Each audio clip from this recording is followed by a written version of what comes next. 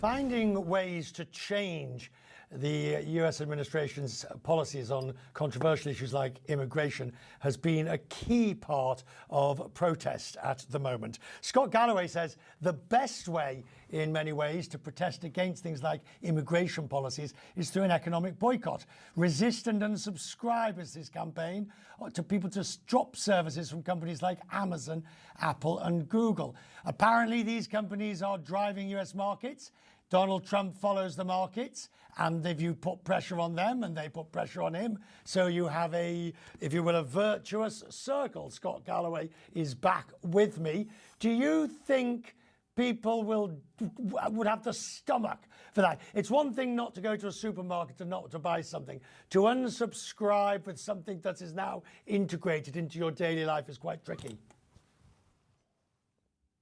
Yeah, well, I'm seeing hundreds or thousands of people each day posting their receipts for how they're unsubscribing. And what you referenced before is the key point, and that is the president reacts to markets, not to protests, not to co-equal branches of government, not to citizenry outrage, but where he's walked back plans to annex Greenland or from tariffs is when the S&P or the bond goes down or the bond market crashes.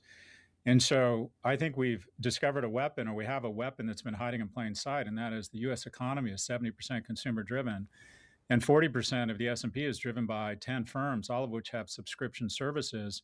And what I'm arguing is that if you go to the site, resist and unsubscribe, I've posted a bunch of links to make it pretty easy to find out if you have multiple subscriptions, how easy it is to unsubscribe from everything from Apple TV Plus to Paramount TV Plus, to canceling your Uber account or Amazon Music or Apple TV Plus, and that this will register a disproportionate impact. As an example, just to do some math here, Richard, OpenAI is raising money at 40 times revenues. So if you cancel your ChatGPT membership, you're hitting them with a $10,000 decrease in market cap with just one subscription cancellation. So this is a chance to go after the soft tissue of big tech, whose leaders the president appears to be listening to.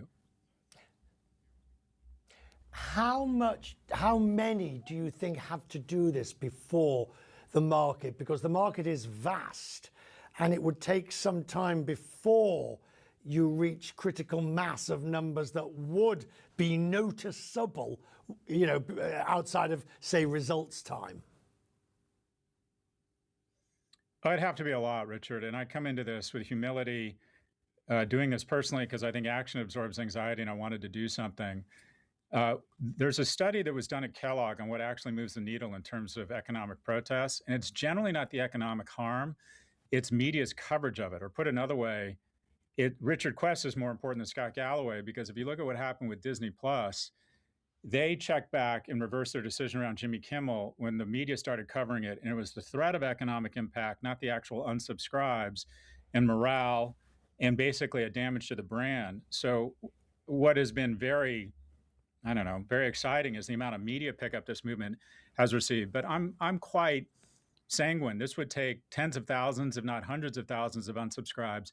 But they're very vulnerable. Microsoft announced a slight miss in its cloud revenues, and its stock dropped 10%, which took the NASDAQ 100 down 1.5%. So I'm trying to figure out what is the maximum impact for the least disruption to a consumer's behavior. And the free gift with purchase here, Richard, is if you go to the site, resist and unsubscribe, you're going to find probably several automatically renewing subscriptions that you didn't even know you had. So it's an easy way to save some money while having an outsized impact and sending a message to the markets and to the administration. Yeah, that's a very valid point, and today is a good example to be talking about, because this week we had AMD results which weren't bad and the market tanked. You've got this announcement from Anthropic which could or could not be a game changer. You've got this fragility of the market at the moment. Whether it bounces back, that's only something we'll know after the event. But the tech market is fragile at the moment to this sort of thing. And that's, as you put it, that's the soft belly you're hoping to go for. Yeah, it's to ask someone to protest, to take their Saturday and protest is a real ask. To ask somebody not to show up for work is absolutely a real ask. What I'm suggesting is, in terms of maximum impact to minimal consumer disruption, if I found out I had 3 Apple TV Plus accounts, I have 3 different accounts for different AI LLMs. Just as Dry January gives you a chance to register or calibrate your alcohol intake and decide maybe I need to tone it down a little bit, this is an opportunity to find places where you're saving a lot of money. And tech Good point. platforms, there are millions of people with billions of dollars and trillions of data points trying to figure out a way to get you to spend more every month. And what you're going to find is that Uber you're taking, that slowly but surely Uber has consolidated the market and increased their prices an average of 7 to 10% a year. And you're probably spending a lot more on Uber than you think. And you have streaming subscription platforms and LLMs and all types of big tech expenses that you didn't know were renewing and getting more expensive every month. So this is this is the easiest means I could think of to really maximize the punch, if you will, to go after the soft tissue of the economy, or specifically big tech and the administration. I've got a dirty little secret to tell you, Scott. I'm too frightened to do it because I know it's going to prove exactly what you've said. There'll be it will show my negligence and sloth in keeping track of my subscriptions. I'm grateful to you, sir. Thank you for joining us from London. Thank you.